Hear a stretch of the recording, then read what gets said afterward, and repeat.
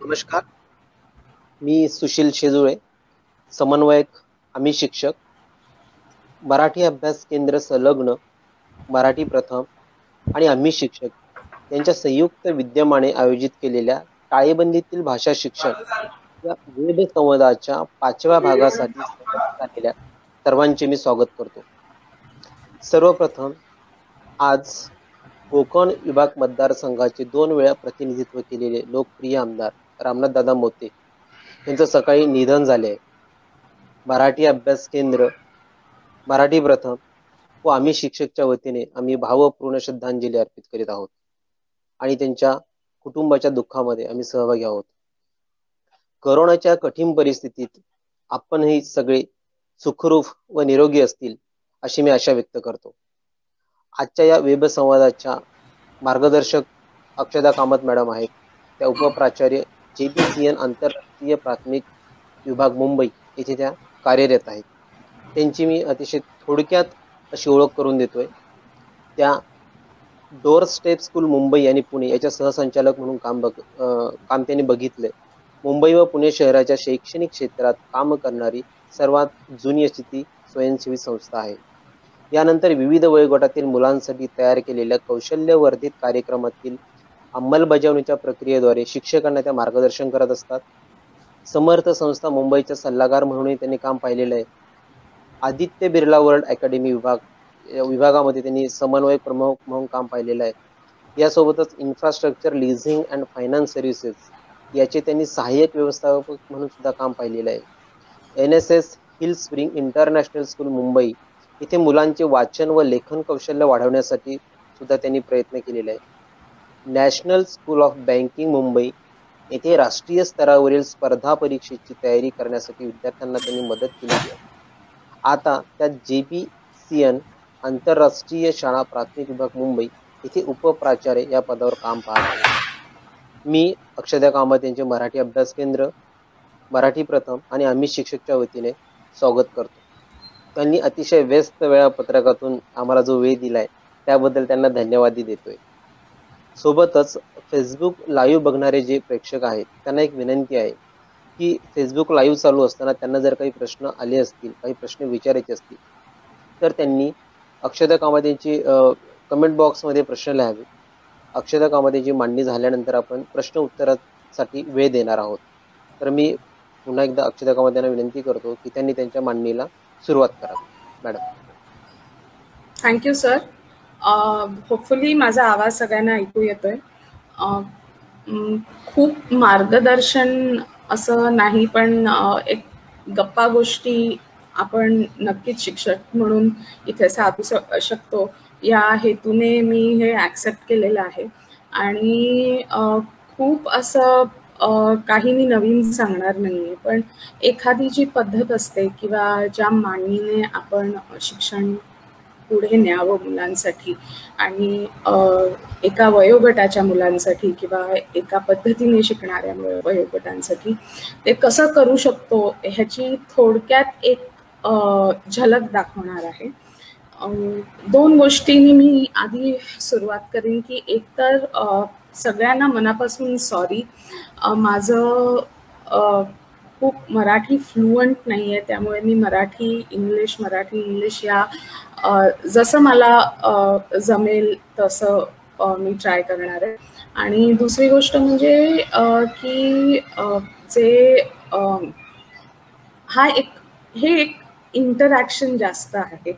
Of course ह्या जे आपण आज ज्या मोडमधून बोलतो आहोत त्याच्यात इंटरॅक्शन होण्यासारखा त्याला वाव खूप कमी आहे.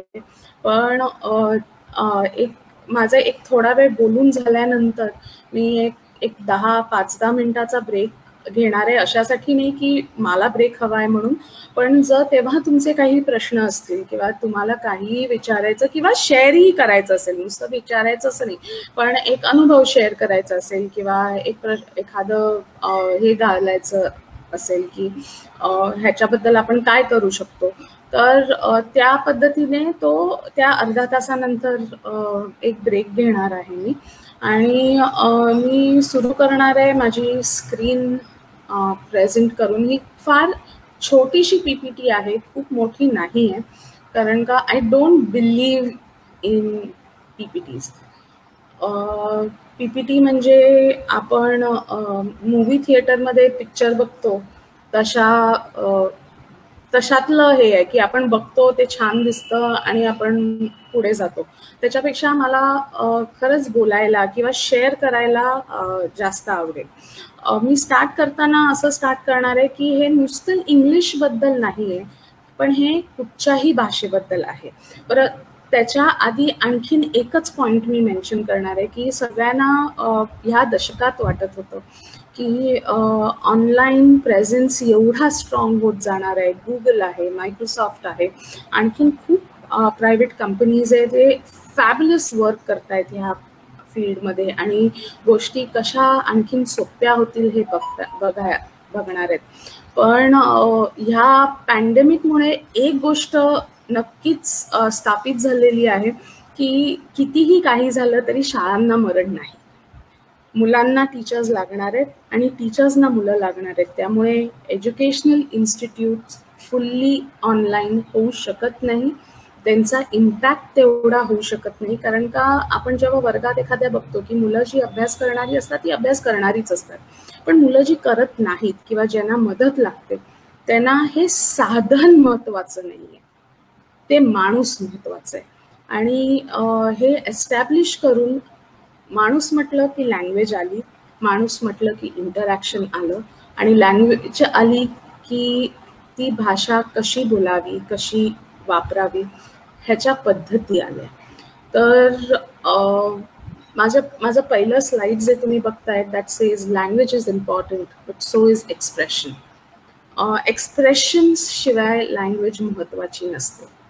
जर तुम्ही लँग्वेज ही एक्सप्रेस करण्यासाठी असते, तर त्यामुळे लँग्वेजचं महत्त्व तेव्हाच येतं जेव्हा तुम्हाला स्वतःबद्दल काहीही एक्सप्रेस करायचं असेल, बोलायचं असेल किंवा काहीही मांडायचं असेल, तेव्हा लँग्वेजचा इम्पॉर्टन्स कळतो. आणि तो इम्पॉर्टन्स लक्षात घेऊन पण त्याच्याही आधी मला काय बोलायचं आहे किंवा मला काय सांगायचं आहे ह्याचा इम्पॉर्टन्स त्याच्याही पेक्षा जास्त असतो. जेव्हा तो थॉट प्रोसेस आपल्या मनात क्लिअर असतो तेव्हाच लँग्वेजची मदत तुम्ही घेऊ शकता ते एक्सप्रेस करण्यासाठी. मी पुढच्या स्लाइडला जाणार आहे. लँग्वेज ही कुठचीही दोन कॅटेगरीजमध्ये ब्रेकअप होते. एक कॅटेगरी असते जी रिसेप्टिव्ह स्किल्स म्हणून आपण म्हणतो. रिसेप्टिव्ह स्किल्स म्हणजे काय, जे आपण लिसनिंग आणि रीडिंग ह्याला प्राधान्य का द्यावं, तर त्याचं असं कारण आहे की ते आपण आत्मसात करतोय किंवा लँग्वेज आपण आत्मसात करायला आपल्याला काय करावं लागतं, तर आधी ऐकावं लागतं किंवा वाचावं लागतं. पण वाचण्याच्याही आधी आपल्याला ऐकावं लागतं किंवा जेव्हा आपण लँग्वेज ऐकतो तेव्हा आपल्याला समजायला लागतं की ह्याच्यासाठी काय वापरलं जाईल किंवा हा शब्दकोश कशात फिट होईल. तर लिसनिंग ज्याला म्हणतो is always action oriented. It is always about words in action. Words in action म्हणजे काय, आपल्याला एखादं जे आपण लँग्वेजमधून सांगतोय ते कोणतरी इमॅजिन करत असतं. तो प्रोसेस इतका फास्ट असतो की आपल्याला हे लक्षातही येत नाही की आपण हे डिकोडिंग आणि कोडिंग किती स्पीडने करत आहोत. तर आपण जेव्हा लँग्वेज ऐकतो तेव्हा आपण नुसती भाषा ऐकत नाही आहोत, पण त्याच्या पाठचं जे महत्त्व आहे किंवा त्याच्या पाठचं जे अंडरस्टँडिंग आहे ते कॉन्स्टंटली आपल्या कानावर पडत असतं आणि त्याच्यातून आपण स्वतःची एक शब्दकोश किंवा डिक्शनरी तयार करत असतो आपल्या माहितीसाठी. रीडिंग हे जमतं जेव्हा आपल्याला अक्षर ओळखता येईल, पण तेही आपण जेव्हा मुलांना सांगत असतो की हो भाषा शिकली पाहिजे, तर कशी शिकली पाहिजे, तर पुस्तकं वाचा. पण पुस्तकं का वाचा? पुस्तकं अशासाठी वाचा की त्यामुळे तुम्हाला ती भाषा आणखीन असिम्युलेट करता येईल किंवा त्या भाषेची आणखीन गोडी कळेल तुम्हाला म्हणून तुम्ही वाचा, किंवा तुमचा शब्दकोश वाढेल म्हणून तुम्ही वाचा. तर ह्या 2 स्किल्स आहेत ते रिसेप्टिव्ह स्किल्स आहेत. म्हणजे आपण जे कम्प्युटर भाषेत इनपुट म्हणतो, तर चक्क इनपुट आहे तो, आणि तो इनपुट झाल्याशिवाय तुम्हाला नॅचरली आउटपुट मिळणार नाही. आणि तुम्ही आउटपुट कुठच्या तऱ्हेने करता, तर पहिलं स्पीकिंग स्किलनी करता. ते तुमचं ओरल एक्सप्रेशन असतं तुमच्या रिसेप्टिव्ह स्किल्सचं. म्हणजे तुम्ही जे ऐकलंय किंवा तुम्ही जे वाचलंय त्याचं तुम्ही ओरली कसं एक्सप्रेस करू शकता. आणि दुसरी expressive skills is writing skills. ते तर आपल्याला सगळ्यांना माहिती आहे की आपल्याला काहीही सांगायचं असेल तर आपण नेहमी सांगतो लिहून सांगा. तर दॅट इज बिकॉज की तुम्हाला 2 पद्धतीने ते एक्सप्रेस करता येतं. एक बोलून ओरली एक्सप्रेस करता येतं, एक लिखाणातून एक्सप्रेस करता येतं. पण बेसिक रूल हा आहे की तुमच्याकडे जर इनपुट नसेल तर तुमच्याकडे आउटपुट असणं शक्य नाही. म्हणजे काय, तर खूपदा टीचर्स असं म्हणतात की किंवा आपण घरीही म्हणतो, पालकही म्हणतात, अरे छान झालंय. छान झालं म्हणजे काय झालं? कारण का माझ्या डोक्यातलं छान आणि तुमच्या डोक्यातलं छान ह्याच्यात भिन्न फरक असेल, आणि मग त्या मुलांनी काय समजायचं. पण जेव्हा आपण स्पेसिफिकली असं म्हणतो की छान झाले म्हणजे हे टेस्टला छान झाले किंवा उत्कृष्ट तऱ्हेने तुम्ही प्रस्तुत केलेलं आहे किंवा त्याची चव उत्कृष्ट आहे, जेव्हा तुम्ही हे म्हणता तेव्हा एक्झॅक्टली तुम्हाला काय म्हणायचं आहे नुसतं एक्सप्रेस होत नाही, पण एका शब्दाच्या ऐवजी तुम्ही 4 शब्द वापरताय. आणि ते 4 शब्द वापरल्यामुळे त्याचं एक्सप्रेशन आणखीन वाढतं, त्याचं इम्पॅक्ट आणखीन वाढतो. तर नुसतं शिक्षणात नाही पण इवन घरात तुम्ही जेव्हा बोलता आहात तेव्हा फक्त ओरडताना खूप एक्सप्लेनेटरी राहू नका. साधं बोलताना सुद्धा एक्सप्लेन करा. त्या मुलाला किंवा तुमच्या आजूबाजूला जे ऐकणार आहेत त्यांची सुद्धा भाषा हळूहळू वाढत जाते. त्यांच्या ऐकण्यामुळे त्यांना जास्त समजत जातं आणि त्यांचं जे आपण कॉम्प्रिहेन्शन म्हणतो ते डीपर होत जातं. कॉम्प्रिहेन्शन नुसतं वाचल्यामुळे वाढतं असं नाही. तर हे बघितलं गेलंय की कॉम्प्रिहेन्शन सगळ्यात जास्त वाढतं जेव्हा तुमच्याशी कोणतरी व्यवस्थित बोलत असतं, तुमच्याशी ती भाषा वापरत असतं, तुम्ही ती भाषा ऐकत असता, आणि त्याच्यामुळे तुम्हाला त्या भाषाची गोडी किंवा त्या भाषाची आवड निर्माण होते. आता थोडंसं ह्याच्यापाठचं लॉजिक, भाषा शिकण्यापाठचं लॉजिक आपण बघूया. एक असतं की आपण मूल जेव्हा जन्मतं तेव्हा ना त्याला बोलता येतं ना त्याला सांगता येतं, पण ते बघत असतं, तुमच्याकडे बघत असतं, तुमच्या ॲक्शन्सकडे बघत असतं, तुम्ही काय सांगताय ह्याच्याकडे त्याचं लक्ष असतं. आपल्याला सगळ्यांना माहिती आहे की वयाच्या 8व्या वर्षापर्यंत आपल्या सगळ्यात जास्त डेव्हलपमेंट्स इंटलेक्च्युअली आणि लँग्वेज वाईज तेव्हा होतात, कारण का मुलं ब्लँक स्लेट्स असतात जेव्हा जन्मतात, कारण का 0 असतात, आणि त्याच्यावरून ते जसे जसे पुढे जात जातात तसे तसे ते एक्सपिरियन्सेस गॅदर करत जातात आणि त्या एक्सपिरियन्सेस म्हणून ते लँग्वेज डेव्हलप करत जातात. पण जर तुम्ही विचार केला तर असं लक्षात येईल की मूल 2 वर्षापर्यंत तुटक्या भाषेत बोलत असतं, म्हणजे 1 शब्द 2 शब्द 2 शब्द जोडून, पण खूपशी भाषा त्याची ॲक्शन ओरिएंटेड असते की कधी कधी तुम्हाला कळत नाही मूल का रडतंय, कारण का ते मूल सांगू शकत नाही ते का रडतंय, त्याच्याकडे तेवढी लँग्वेज अबिलिटी नसते सांगायला की मी का रडतोय, मला काय होतंय हे. पण जसं जसं मूल मोठं होत जातं आणि जसं जसं त्यांचं लँग्वेज डेव्हलप होत जातं तसं तसं मूल बोलायला लागतं. पण तुम्ही हा अवधी बघितला का, मूल जेव्हा शब्दात बोलतं तेव्हा ते 2 वर्ष सातत्याने ऐकत असतं आणि तेव्हाच त्याला बोलणं शक्य होतं, आणि ते सुद्धा अगदी कन्साइज मेथडमध्ये आपण जे म्हणतात की अगदी मोजक्या मापाने ते बोलत असतं, 2 शब्द इथे 2, ते खूपसं तुम्हाला हातवारे करूनच तरी सांगत असतं. मग वयाच्या 3 वर्षापर्यंत ते छोट्या वाक्यात बोलायला लागतात, पण वाक्य सुद्धा त्यांची फॉर्म्युलेटेड नसतात, अर्धवट असतात, ॲक्शन ओरिएंटेड असतात वाक्य, किंवा मध्ये मध्ये शब्द त्यांना अजूनही व्यवस्थित वापरता येत नाही. आणि हळूहळू असं बघता तर 4 वर्षापर्यंत ते अख्ख्या वाक्यात बोलायला लागतात, किंवा त्यांना काय एक्सप्रेस करायचंय ते सांगू शकतात. तर ॲक्च्युली बघितलं गेलं तर 0 to 4 इयर्स पर्यंत तुम्ही त्यांना कालावधी देता की ही भाषा कशी त्यांनी आत्मसात केली पाहिजे, एन्जॉय केली पाहिजे, त्याचं त्यांना काय करायचं, किंवा आपल्या डेली रुटीनमध्ये ती भाषा कशी वापरता येईल किंवा कशासाठी वापरता येईल, हे सगळं तुम्ही त्यांना 4 वर्षाचा वेळ देता.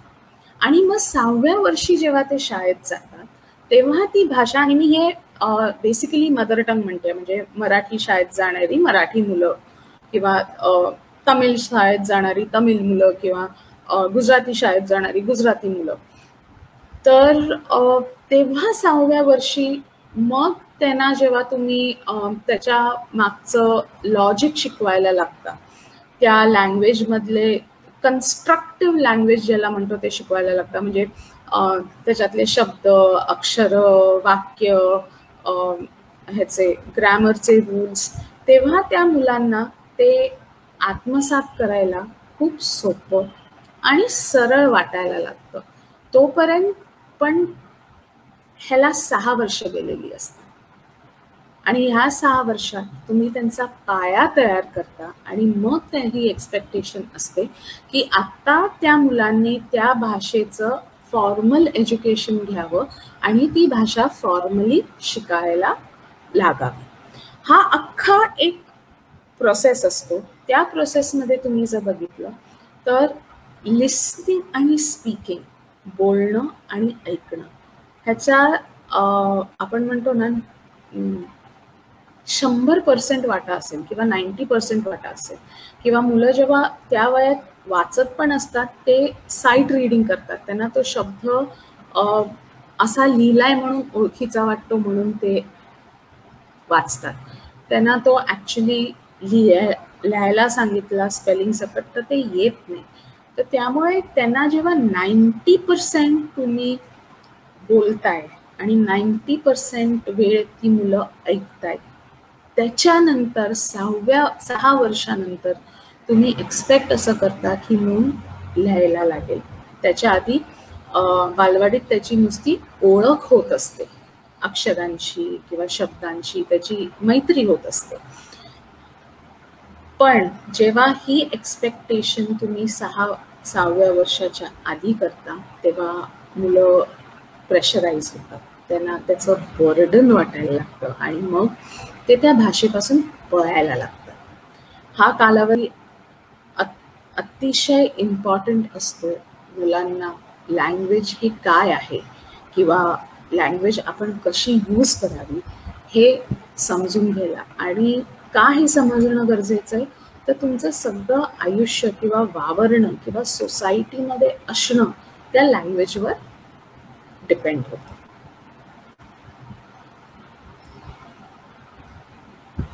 आता आपण थोडंसं इंग्लिशकडे वळूया. इंग्लिश शिकवताना एकतर इंग्लिश शिकायची गरज मुलांची नसते, पालकांची असते. त्यांना तुम्ही विचारलं की एक लँग्वेज शिकून ते हॅपी आहेत का, तर ते हो म्हणतील. त्यांना कुठेही असं वाटत नाही की मला ही भाषा शिकली पाहिजे तरच माझं काही पुढे जाऊन होणार आहे, हे अंडरस्टँडिंग त्यांना बिलकुल नसतं. तर ती गरज पालकांना जास्त असते मुलांपेक्षा. पण पहिलीत गेल्यानंतर पहिली गोष्ट आपण मुलांना शिकवतो ते इंग्लिश लिहायला. आपण हेही बघत नाहीये की त्या भाषेची गोडी आहे का मुलांना, त्या भाषेबद्दल काही माहिती आहे का मुलांना, ती भाषा कशी ऐकू येते हेही माहिती आहे का मुलांना. मुलांनी काहीतरी आजकाल मीडियामुळे मुलं टीव्हीवर गोष्टी बघतात किंवा ॲडव्हर्टाइजमेंट्स ऐकत असतात किंवा इंटरव्ह्यूज ऐकत असतात जिथे लोक बायलिंग्वल भाषा यूज करतात, मल्टिपल भाषा यूज करतात, तर त्यामुळे त्यांच्या कानावर पडत असतं. आजूबाजूला कुठेही कोणी बोलत असेल तर पडत असतं. पण ती भाषा त्यामुळे त्यांना माहिती आहे का? कारण का आपण आता इंग्लिशबद्दल बोलतोय आणि इंग्लिश त्यांच्यासाठी ॲब्सल्युटली एलियन लँग्वेज असेल किंवा त्यांनी काही म्हणजे मला हे लाईफ कुठपर्यंत पोचतंय ह्याची काहीच आयडिया नाही आहे. पण जर आपण अगदी गावागावातून गेलो तर ज्या सातत्याने किंवा ज्या इजने मुलं शहरात इंग्लिश ऐकतात, जरी इंग्लिश मीडियमना जाणारी नसली, त्या इजने ते गावात वगैरे ऐकत नाहीत. तर त्यामुळे तुम्ही जेव्हा ती भाषा त्यांना शिकवायला जाता तेव्हा पहिलंच तुम्ही जेव्हा फॉर्मल एज्युकेशन सुरू करता, ज्याच्यासाठी मदर टंगमध्ये त्यांनी 6 वर्ष ती नुसती ऐकवण्यात घालवलेली आहे, कुठच्याही मुलाला का आवडेल ती भाषा? आणि ह्याचा सगळ्यांनी जरा आपल्याकडे नवीन एज्युकेशन पॉलिसी येते, आपलं स्ट्रक्चर बदलतंय. त्या स्ट्रक्चरमध्ये हा विचार करणं अतोनात गरजेचं आहे की जी भाषा 6 वर्ष ते मूल बोलल्यानंतर मग 6व्या वर्षी फॉर्मल एज्युकेशनला येतं, तिथे आपण एक अगदी एलियन भाषा, इंग्लिश ही त्यांची भाषा नाहीये, इंग्लिश ही इंडियन भाषा नाहीये, ही एलियन भाषा आपण त्यांना पहिल्याच वर्षी इंट्रोड्यूस करून लगेच लिहायला लावतोय. त्या मुलांना ती भाषा का आवडावी किंवा का यावी ह्याचा आपल्या सगळ्यांना खूप डीपली विचार करायचा गरज आहे.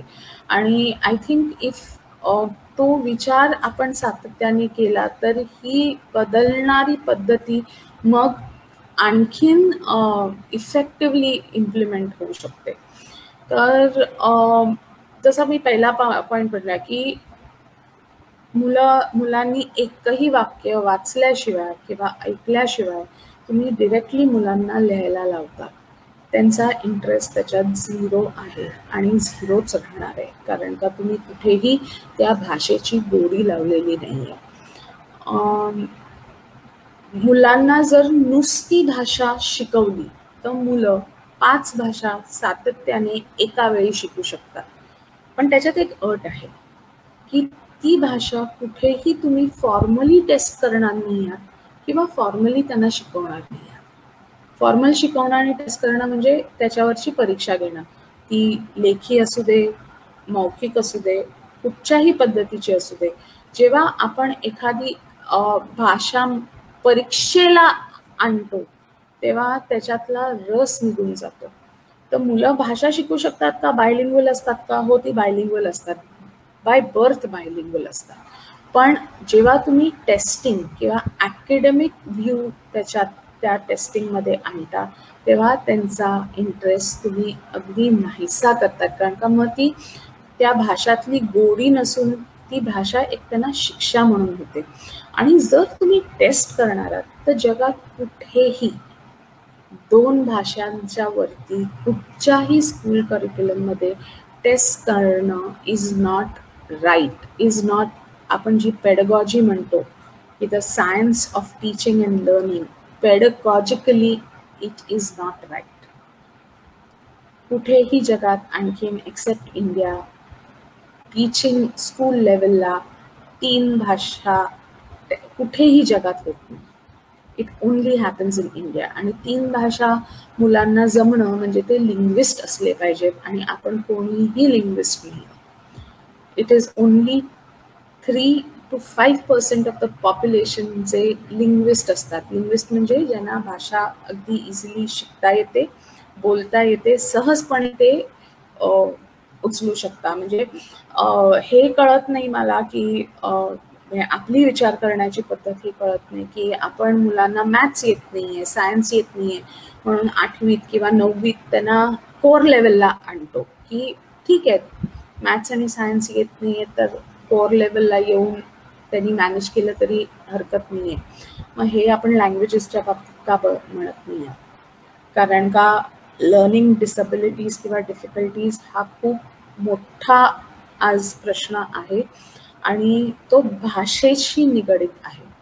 तर जर तुम्ही एक्सपेक्ट करणार असाल की एखादं मूल 3 भाषा शिकून त्याच्यात त्यांनी एक्सपर्ट झाला पाहिजे, तर it's a criminal expectation from a child. 2 भाषा ऑफकोर्स, पण 2 पेक्षा जर जास्त भाषा तुम्ही शिकवणार आणि टेस्ट करणार असाल तर दॅट इज नॉट पेडागॉजिकली राईट.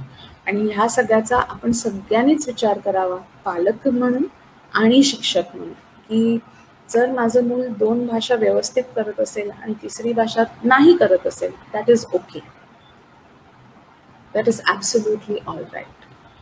आणि हे लक्षात घेऊन जर आपण मुलांना सपोर्ट केलं तर मुलं मला डेफिनेटली माहिती आहेत की आणखीन चांगल्या पद्धतीने एफर्ट घालू शकतील. आता आपण थोडंसं इंग्लिशकडे वळूया.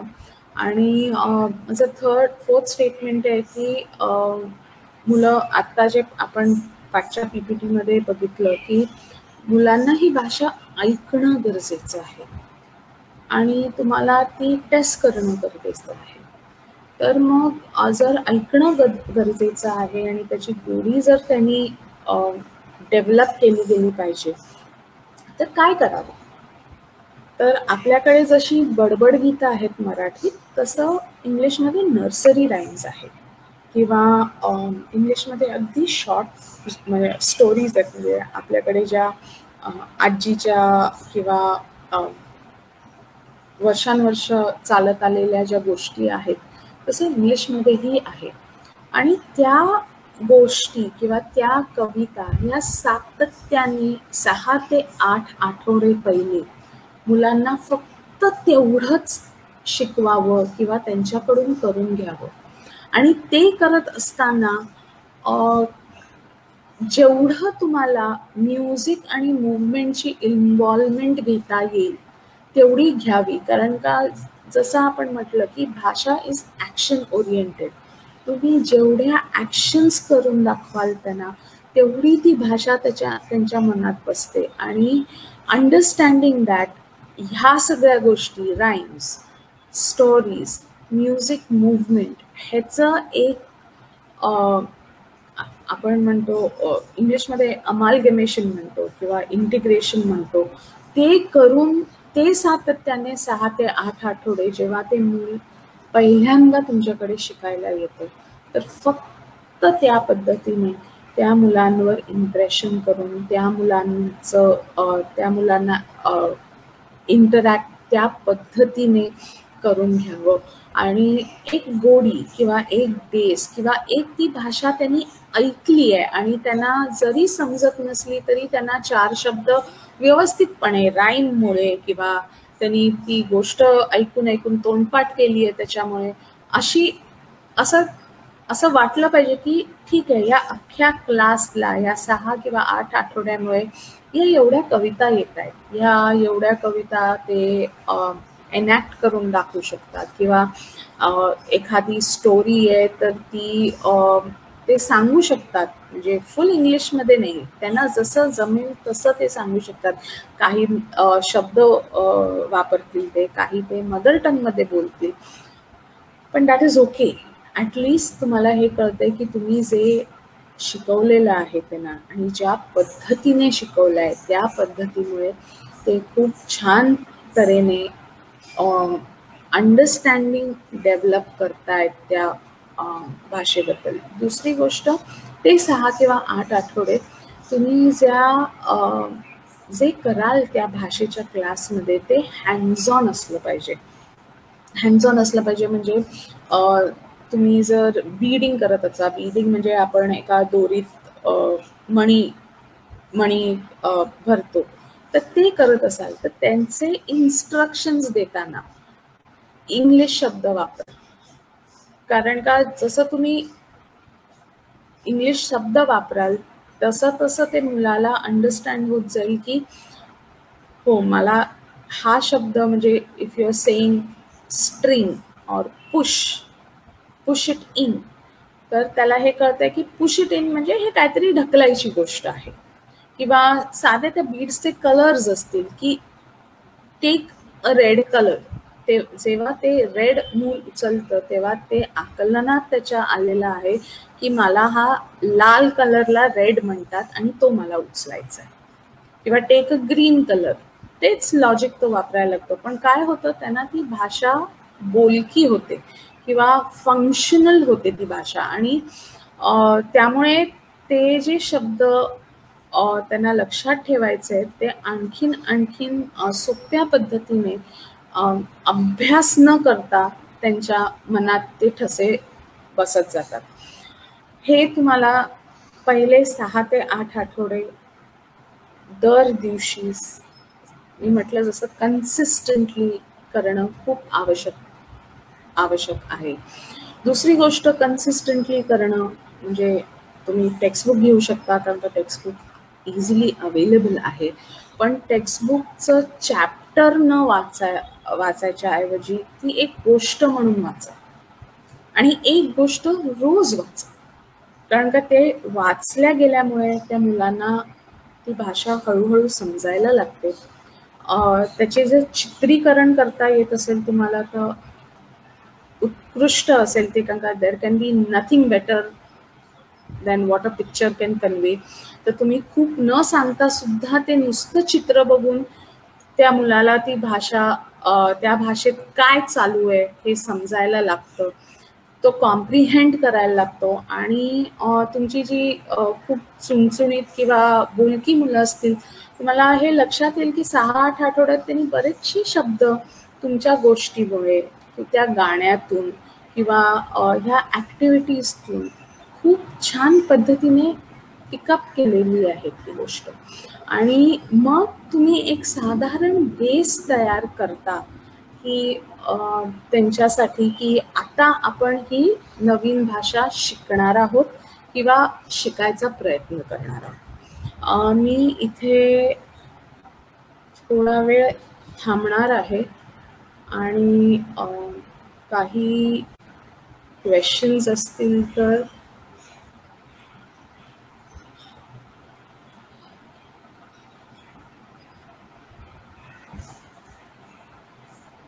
काहीही क्वेश्चन्स असतील तर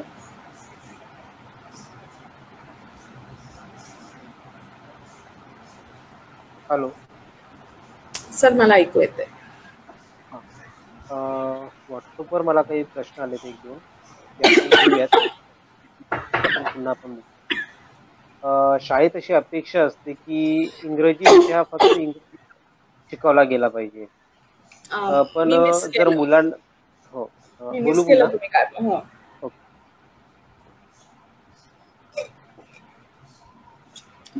बोलू.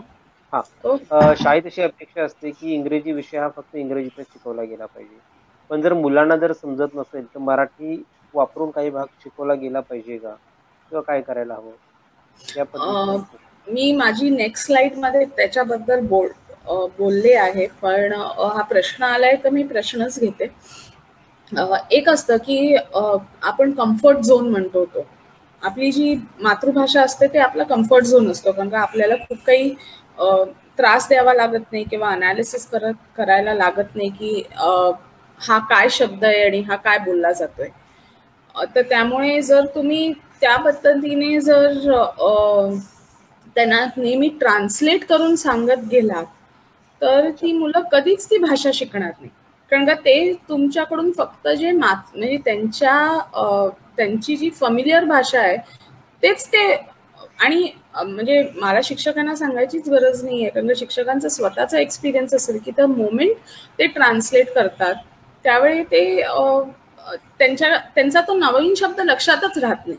आणि हे नुसतं इंग्लिश बद्दल पण नाहीये, हे इवन मातृभाषेत जर तुम्ही थोडे बरे म्हणजे आपण सिनॉनिम्स अँटोनिम्स म्हणतो किंवा एक चांगले आणखीन बरे शब्द वापरून जर मुलांना लिहायला काही सांगितलं तर तिथेही मुलं त्यांना कठीण जातं ते का, कारण का बोली भाषा हे लिहिणं किंवा वाचणं हे नेहमीच सोपं असतं.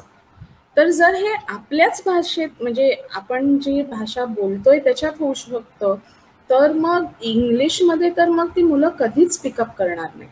आणि म्हणून हे जे मी टेक्निक्स सांगितलेले आहेत ते त्याच्यासाठीच आहेत की ॲक्शन ओरिएंटेड ठेवा.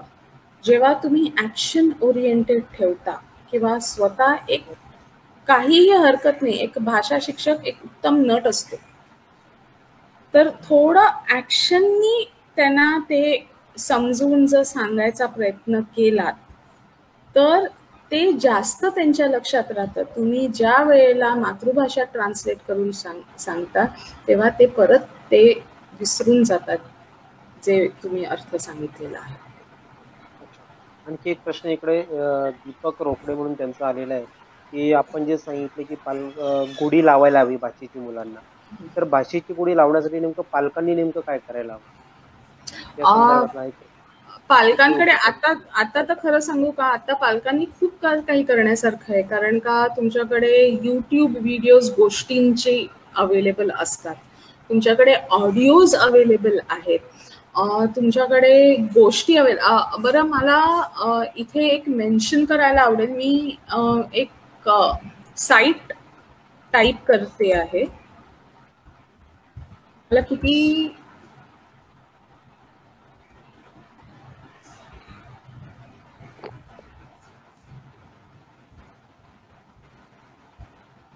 हे आली आहे का साईट ती storyweaver.com म्हणून आहे. इथे गोष्टी जगातल्या आय थिंक 200 भाषात ट्रान्सलेट केलेल्या आहेत. प्रथम बुक्स जर नाव ऐकलं असेल तर त्यांनी ही फ्री साईट सुरू केलेली आहे मुलांसाठी. इथे इंग्लिश, हिंदी सगळ्या म्हणजे भारतातल्या सगळ्या भाषा ची पुस्तकं मिळतात.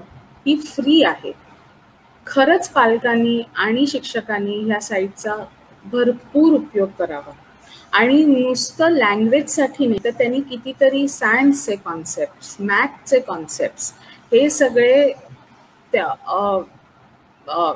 त्याच्यात इन्क्लूड केलेले आहेत स्टोरीतर्फे. आणि ही फ्री साईट आहे, त्याच्यासाठी कोणाला काहीही पैसे भरावे लागत नाही. तर त्यामुळे इट इज मी रिक्वेस्ट करेन पेरेंट्सना की ही जर तुम्हाला गोडी लावायची असेल, चित्रीकरण त्या पुस्तकांचं खूपच सुंदर आहे, तर ही जर गोडी लावायची असेल तर त्यांनी प्लीज ह्या साईटवर जाऊन मुलांना त्या गोष्टी वाचवून दाखवाव्यात, त्यांच्याशी त्याच्याबद्दल संवाद साधावा त्या गोष्टीबद्दल.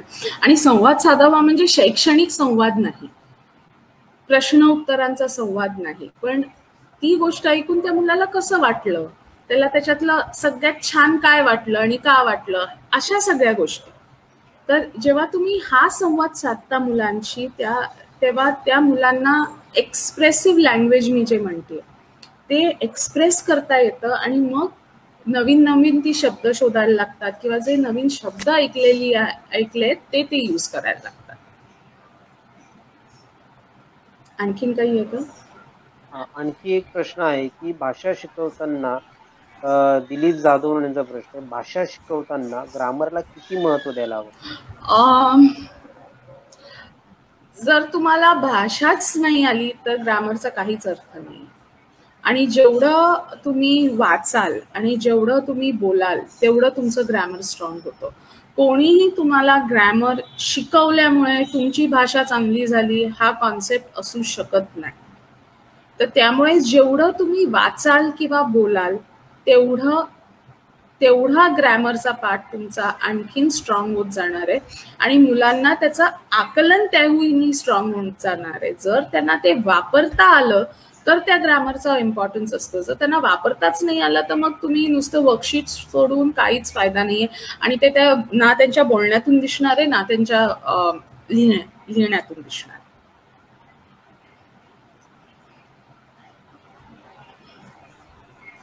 एक मिनिट, मला वाटतं सॉरी मी कमेंट्सच्या ह्याच्यात घातलं पाहिजे होतं, पण मला घालता येत नाही. मी नंतर ह्याच्यावर टाकेन. माझा प्रायव्हेट चॅट मध्ये गेलेला आहे पण मला कमेंट्सच्या ह्याच्यात दिसत नाही कसं घालायचं ते. तर मीच जर कोणालाही करता येत असेल तर ते storyweaver.com जर कमेंट्सच्या चॅटमध्ये घालता येत असेल तर प्लीज घाला.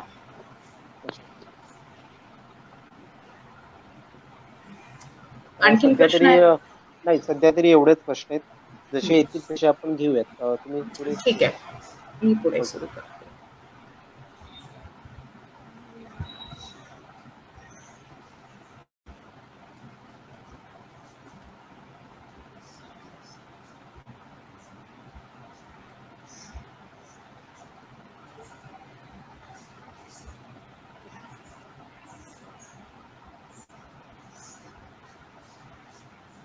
आपण पुढे जाऊया.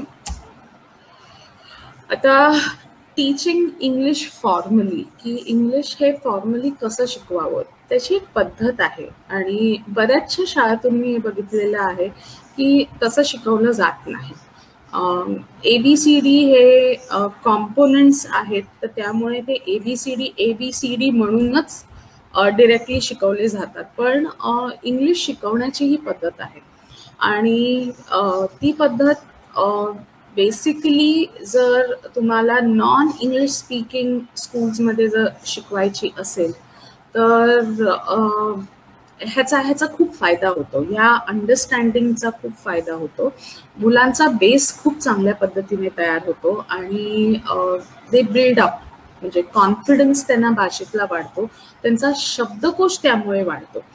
तर आणि बऱ्याचदा असं पाहिलं गेलेलं आहे की इंग्लिश शिकवताना डिरेक्टली ए पासून सुरू केलं किंवा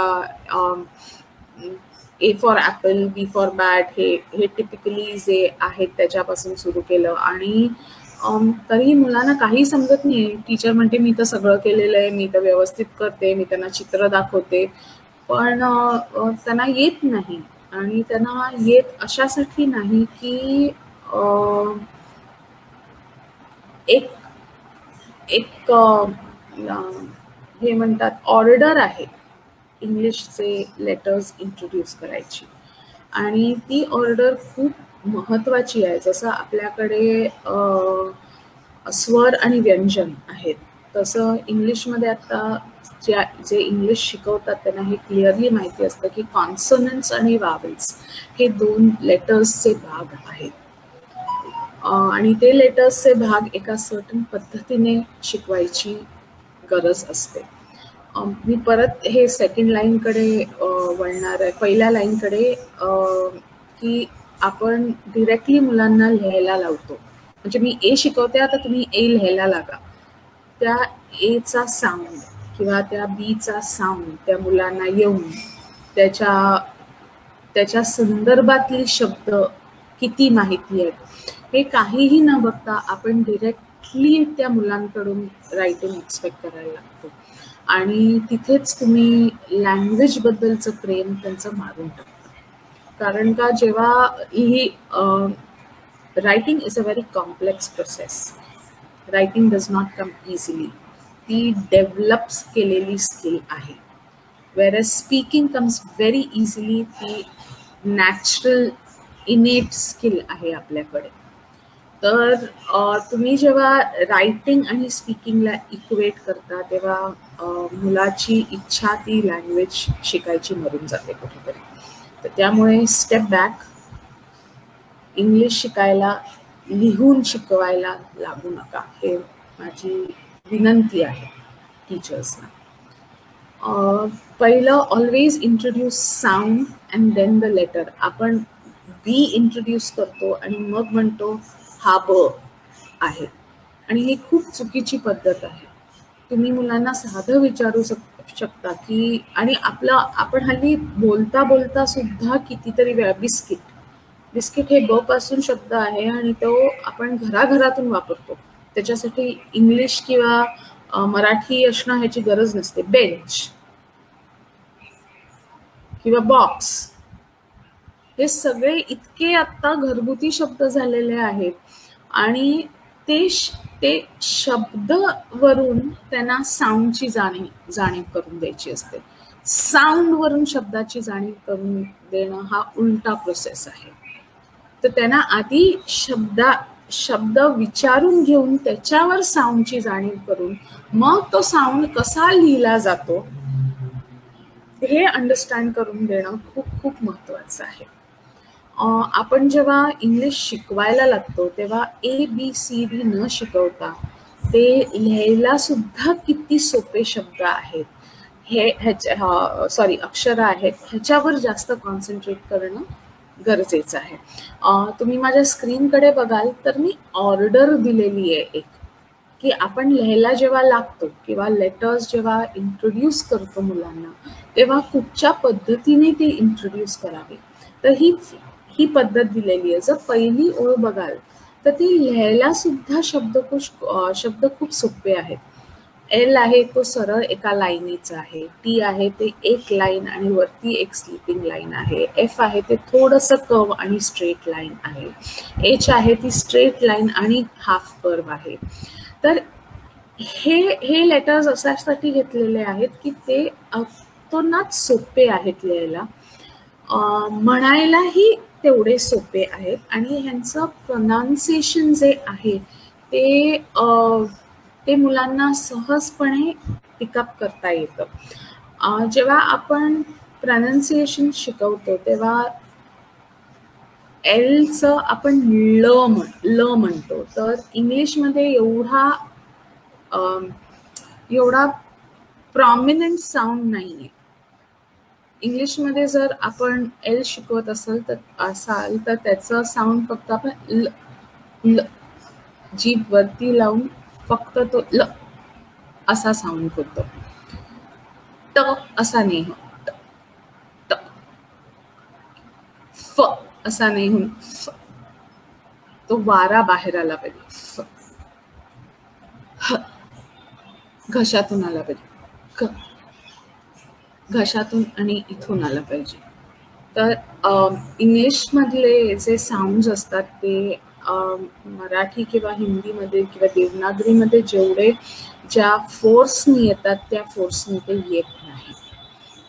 मग दुसरी लाईनकडे आपण वळूया. तर दुसरी लाईनकडे तुम्ही जर बघाल तर सगळे कर्व असणारे शब्द आहेत, म्हणजे अर्धा कर्व जो आपण म्हणतो, C तो अर्धा कर्व असतो, D असेल तर तो अर्धा कर्व आणि स्टँडिंग लाईन असते, B असेल तर स्टँडिंग लाईन आणि अर्धा कर्व, P असेल तर खालची लाईन आणि कर्व, G असेल तर परत C आणि खालती ग, आणि Q असेल तर परत C आणि हे. ह्यानी काय होतं, मुलांना लिहायला पण ते खूप सोपं जातं आणि लिहिता लिहिता ते त्याचे साऊंड शिकायला लागतात. मग त्याच्या खालती लाईन इज RNMWV. हे जर सगळे बघितले तर R अर्धवट येतो आणि थांबतो, N बघितला तर छोटी लाईन काढून तो पूर्ण राऊंड जातो, M बघितला तर 2 double N, W is exactly opposite M आणि मग V.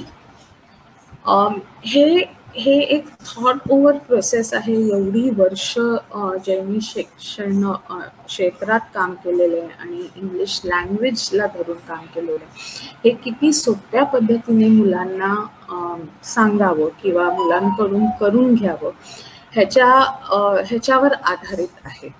आणि मग आपण जेव्हा त्यांना ह्या साऊंड्सची सगळ्यांची ओळख होते तेव्हा आपण त्यांना शब्दातून करून घेतो. म्हणजे जर ल साऊंड घेतला असेल तर लायन, लॅम्ब, लाईट हे सगळे आपण त्यांना इंट्रोड्यूस करतो. पण हे इंट्रोड्यूस करताना त्याच्याबरोबर त्याची चित्र इंट्रोड्यूस करावी ह्याची खूप गरज असते, कारण का ही भाषा त्यांच्यासाठी एलियन आहे, ही भाषा त्यांच्या माहितीतली नाही आहे. तर जेव्हा तुम्ही त्या एका ह्याच्यातून कॉन्सोनंट वरून इंट्रोड्यूस करत असता तेव्हा कसं इंट्रोड्यूस करावं ह्याची एक वेगळी पद्धत आहे आणि ते सगळं आपण एका सेशनमध्ये करू शकणार नाही. तर त्यामुळे जर ते करायचं असेल तर आपल्याला फक्त ते अंडरस्टँड करून घ्यायला एक वेगळं सेशनची गरज लागेल. हे मी एक नुसतं तुम्हाला ओळख म्हणून की कसं डिवाइड करावं आणि मग कसं मुलांकडून करून घ्यावं किंवा त्यांचं अंडरस्टँडिंग त्याच्याबद्दल कसं वाढवावं ह्याच्याबद्दल सांगते. मग आपण एका कॉम्पोनंटला येतो जे आपण वावेल्स म्हणतो इंग्लिशमध्ये, विच इज AEIOU. इंग्लिशमध्ये अशी गंमत आहे की दर वावेलला 5 उच्चार आहेत आणि त्याचे रूल्सही खूप तसे कॉम्प्लिकेटेड आहेत. म्हणजे बऱ्याचशा मोठ्या माणसांना सुद्धा सगळे ते रूल्स आठवत नाहीत, कारण का आहेत ते कॉम्प्लिकेटेड रूल्स आहेत आणि ते तेवढी आठवायची गरज नसते. तर आधी कॉन्सोनंट्स करून मग वावेल्सकडे ऑलवेज वळायचं असतं आणि हा ऑलमोस्ट ऑल 18 महिन्याचा प्रोसेस असतो की तुम्ही कॉन्सोनंट्स मुलांकडून व्यवस्थित करून घेता. त्याच्याबद्दल मुलांकडून ते जेव्हा तुम्ही वर्ड्स इंट्रोड्यूस करत असता तेव्हा मुलांकडून ते वाक्यात यूज करायला लिहायला नाही, फक्त बोलायला त्याच्याबद्दल तुम्ही करता आणि मग हळूहळू तुम्ही वावेल्सकडे वळता. आणि मग वावेल्स जेव्हा तुम्ही स्टार्ट करता तेव्हा मी म्हटलं जसं त्याचे भिन्न उच्चार आहेत. मी इथे पाचही वावेल्स लिहिलेली आहेत आणि तुम्ही जर बघितलं तर एचा उच्चार एरोप्लेनमध्ये वेगळा आहे आणि ॲपलमध्ये वेगळा आहे.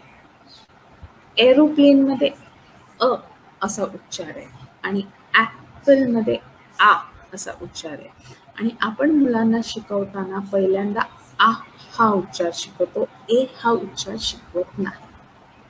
कारण का ए हा उच्चार मोजक्या शब्दात वापरला जातो आणि ॲ हा उच्चार जेव्हा शब्द तयार करतात तेव्हा ॲ हा उच्चार जास्त वापरला जातो. त्यामुळे आपण हे जे शॉर्ट साऊंड्स असतात ते मुलांना आधी शिकवतो. लॉंग साऊंड्स किंवा बाकीचे भिन्न साऊंड्स त्यांचे AEIOUचे नंतर शिकवतो. जेव्हा मुलं वाक्य वाचायला लागतात किंवा मोठी त्यांना वाक्य करायची गरज असते तेव्हा ते शिकवतात. Same goes for E. जर मी हे नुसतं एक वाचून दाखवणार आहे. Aeroplane, air, aim, agency, angel, apricot हे सगळं बघितलं तर तो ते ए ए ए ए ए ए साऊंड करतो. पण पुढची जर आपण बघितली तर apple, angle, ass, ant, alligator हा उच्चार आ असा आहे, ए असा नाही. तर ॲ जो साऊंड आहे एचा तो सगळ्यात जास्त शब्दांच्या आत वापरला जातो. त्यामुळे तो साऊंड शिकवणं मुलांना अतोनात गरजेचं आहे पहिल्यांदा. Same rule applies for E. Eagle, 11, eraser, envelope, egg, 8, elephant. हा जो एनवलप, एग, 8, एलिफंटचा ए साऊंड आहे ईचा तो शिकवणं मुलांना जास्त गरजेचं आहे, कारण का ते शब्दात जास्त येतात. आय, आईस, आईस्क्रीम, इग्वाना, आयवी आणि इग्लू, इंटेलिजंट, इन्सेक्ट, इंक हे जे शॉर्ट साऊंड्स आहेत ते शिकवणं मुलांना खूप गरजेचं आहे. O, oak, old, or, open, over आपण ओ म्हणतो आणि octopus, orange, oil, odd, O म्हणतो. मुलांना नेहमी शॉर्ट साऊंड्स आधी शिकवायचे तर तुम्ही ऑ साऊंड आधी शिकवा. You, union, unicorn, uniform, under, up, umbrella हे साऊंड्स तुम्ही आधी शिकवणार. तर वावेल सुद्धा शिकवताना एक पद्धत असते ज्यांचा वापर जास्त होईल, ज्या साऊंडमुळे त्यांना भाषा पटापट वाचता येईल किंवा शब्द पटापट समजतील, हे साऊंड आपण नेहमीच आधी शिकवतो. आणि ही एक पद्धती आहे इंग्लिश शिकवायची आणि त्याच्यासाठी जर त्याच्याबद्दल जर बोलायचं असेल तर आपल्याला ह्याच्यापेक्षा खूप जास्त वेळ लागेल. आता सरांनी जसं म्हटलं की इंग्लिश आत्ताच्या ह्या पॅन्डेमिकच्या सिच्युएशनमध्ये जर तुम्हाला मुलांना काही शिकवायचं असेल तर कुठच्या पद्धतीने शिकू शकता. एकतर मीडियम इज जस्ट ऑनलाईन, म्हणजे तुम्हाला हे सगळं जे करायचं ते ऑनलाईनच करावं लागतं. पण कसं तुम्ही प्रेझेंट करू शकता हे एक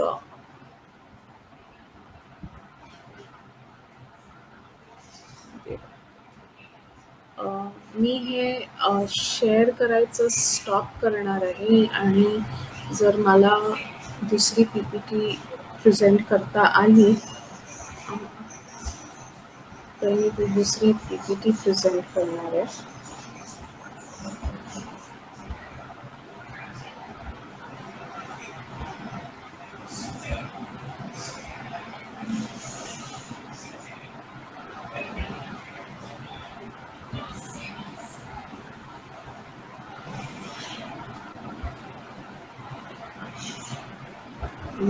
होपफुली ही सगळ्यांना दिसते आहे.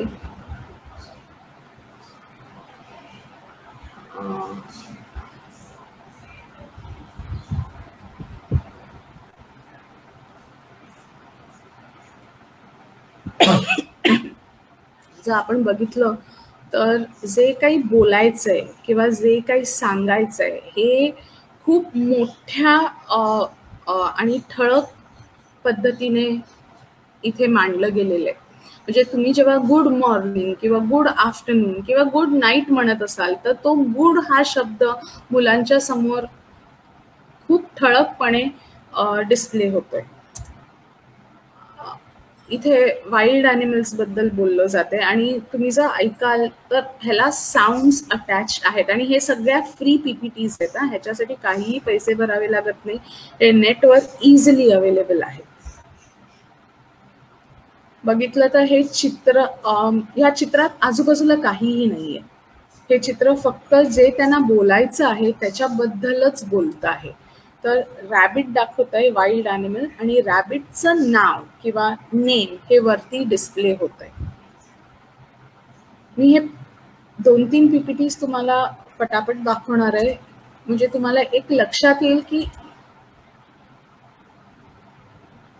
ह्याला आणखीन मला वाटतं मला तुम्हाला आवाज ऐकू येतोय की नाही हे कळत नाहीये, पण ह्याला व्हॉइस ओव्हर पण अटॅच केलेला आहे.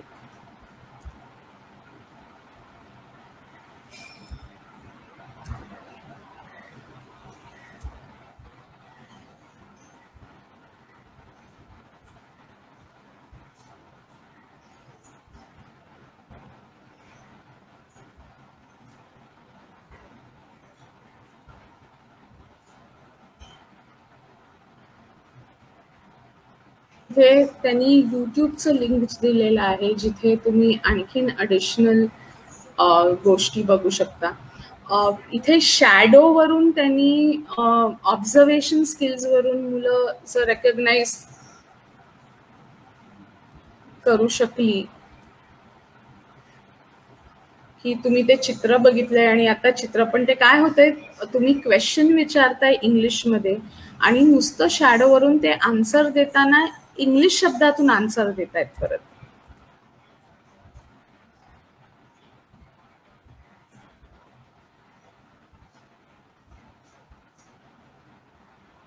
हा तुम्ही क्वेश्चन विचारताय त्यांना, what animal can you see, म्हणजे या चित्रात तुम्ही जरा पाठी राहिलात तर ह्या वेगवेगळ्या पद्धती आहेत ज्याच्यातून तुम्ही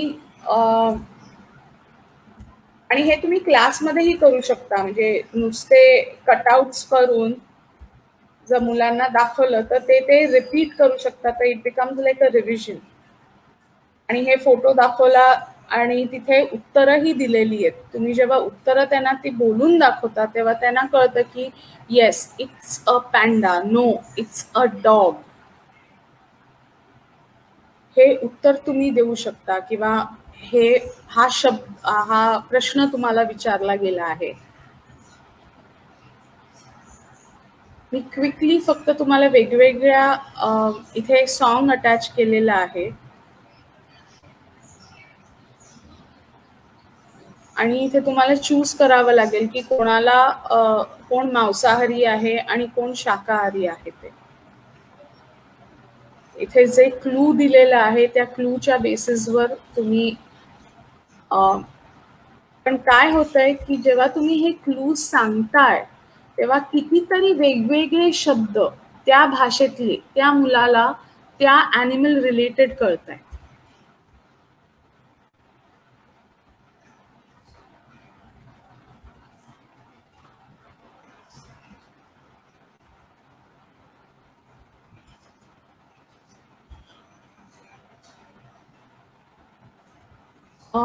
हे एक पीपीटी आहे. आणखीन एक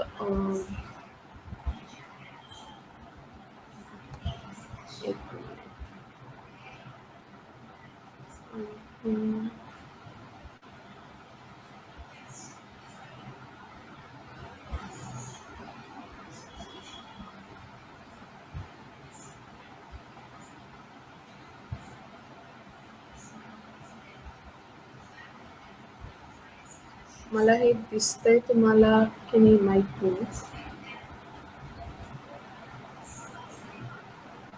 पण I can play yo yo हे इतकं सिम्पल वाक्य ह्याच्यावर डिस्प्ले केलेलं आहे. मग can you play yo yo? Yes I can. No I can't. I can play cards. Can you play cards? Basically जे तुम्हाला त्यांना शिकवायचंय किंवा जे तुम्हाला त्यांना सांगायचंय त्या भाषेत ते जेवढ्या सिम्पल पद्धतीने तुम्ही मांडाल तेवढ्या सिम्प्लिसिटीने ते ॲब्झॉर्ब होतं. तुम्ही खूप साऱ्या गोष्टी घातल्या तर त्यांना ते आकलन करता येणार नाही. मुलं लहान आहेत, त्यांना हे मीडियम ऑफ एक्सप्रेशन खूप खूप नवीन आहे आणि हे मीडियम ऑफ एक्सप्रेशन नवीन असल्यामुळे त्यांना जर तुम्ही खूप काही एकत्र दिलं तर त्यांना ते इन्व्हाइट करणं खूप डिफिकल्ट जातं. आणि हे सगळं तुम्हाला रेडीली अवेलेबल आहे. ह्याच्यासाठी काहीही कुठच्याही साईटला तुम्हाला पे करावं लागत नाही किंवा कुठच्याही साईटला म्हणजे मेंबरशिप किंवा सबस्क्रिप्शनशिप घ्यावी लागत नाही. थोडा वेळ फक्त बसून तुम्हाला थोडा वेळ घालवावा लागतो त्याच्यावर आणि बघावं लागतं की काय शक्य होईल ते. somehow I can't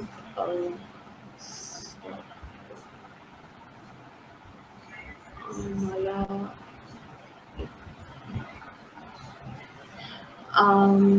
सर माझं ऑलमोस्ट झालेलं आहे.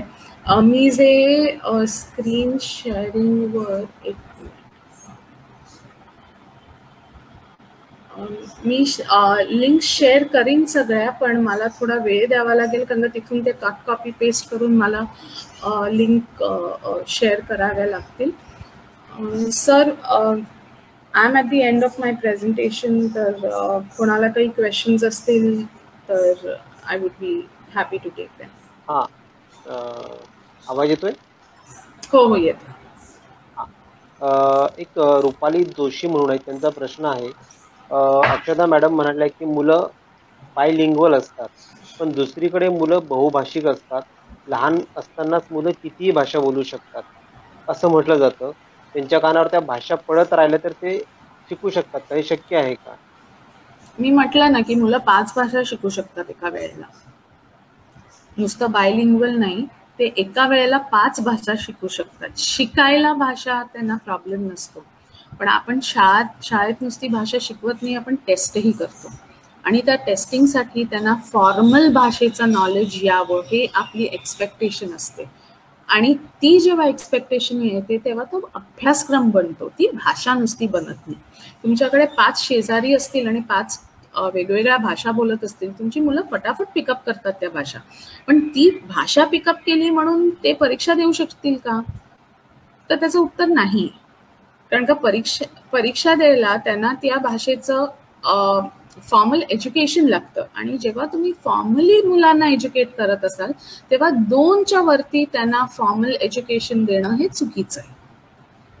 कारण का ते फक्त एक लिंग्विस्ट म्हणजे आपण जसं म्हणतो की मुलं काही लँग्वेजमुळे शिकतात, काही बघून शिकतात, काही वाचून शिकतात, काही मॅथमॅटिक्सनी जास्त चांगली शिकतात.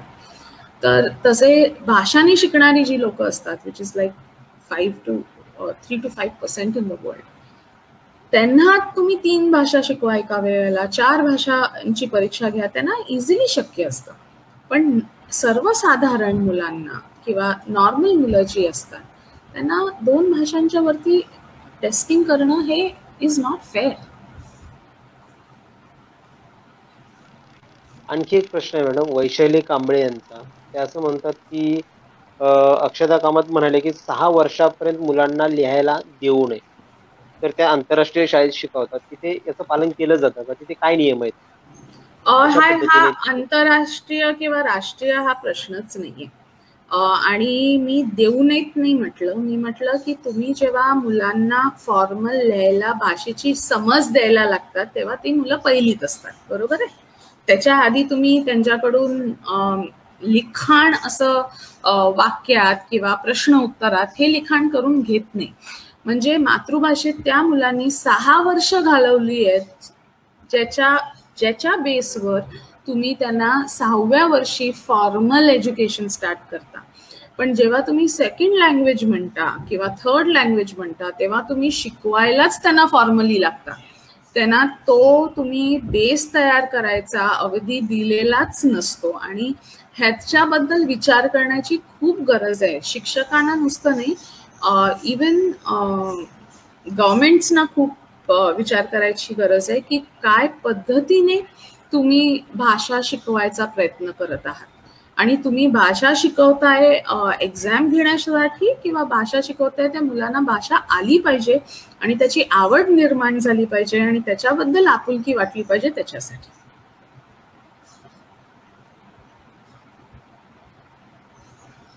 सर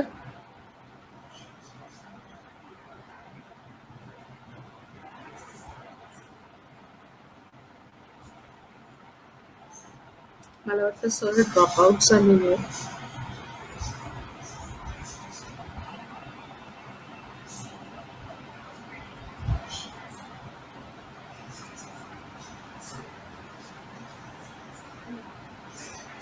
नमस्कार, माझा आवाज येतोय अक्षता? हो हो हो हो येतोय.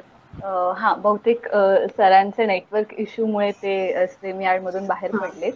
पण आपले प्रश्न संपलेले आहेत आणि तुम्ही अत्यंत बारकाईने या सगळ्या गोष्टींची उकल केली. मला असं वाटतं फेसबुक लाईव्ह पाहणाऱ्या आपल्या सगळ्या प्रेक्षकांना यांची खूप मदत झाली असेल. आणि मराठी अभ्यास केंद्रातर्फे मराठी प्रथम आणि आम्ही शिक्षक यांच्यातर्फे तुमचे मनपूर्वक आभार. तुम्ही वेळात वेळ काढून इतकं महत्वाचं मार्गदर्शन केलं त्याबद्दल.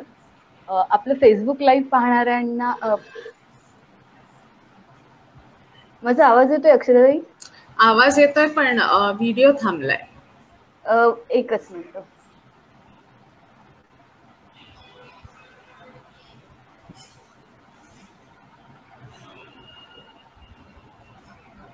मला असं वाटतं शेजुळे सर आपल्याला जॉईन होतात ते पुन्हा. मी त्यांना जॉईन करते, ते पुढे कंडक्ट करते.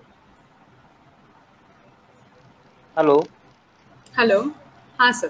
हा, मध्ये रेंजचा प्रॉब्लेम होता. तर मला वाटतं प्रतीक्षाने सांगितलं असेल की पुढचा जो वेब संवाद आहे तो 30 ऑगस्ट रोजी 1ली ते 4थी विषयीचा आपण घेणार आहोत. आणि सृजन आनंद शाळेतील कोल्हापूर येथील इंद्रजित भोसले आणि ऋतुजाताई यासाठी मार्गदर्शन करणार आहेत. ते आपल्या प्रेक्षकांसाठी आपण सांगतोय. आणि सगळ्यात महत्वाचं म्हणजे आपण जो वेळात वेळ दिलाय या सगळ्या वेब संवादासाठी, त्याविषयी मी आमच्या सर्व टीमकडून मराठी अभ्यास केंद्र, मराठी प्रथम आणि आम्ही शिक्षक या सगळ्यांच्या वतीने आपले धन्यवाद देतो. आणि हवं तर पुन्हा असाच वेळ तुम्ही आम्हाला द्यावा अशी मी अपेक्षाही व्यक्त करतो. आणि प्रतीक्षा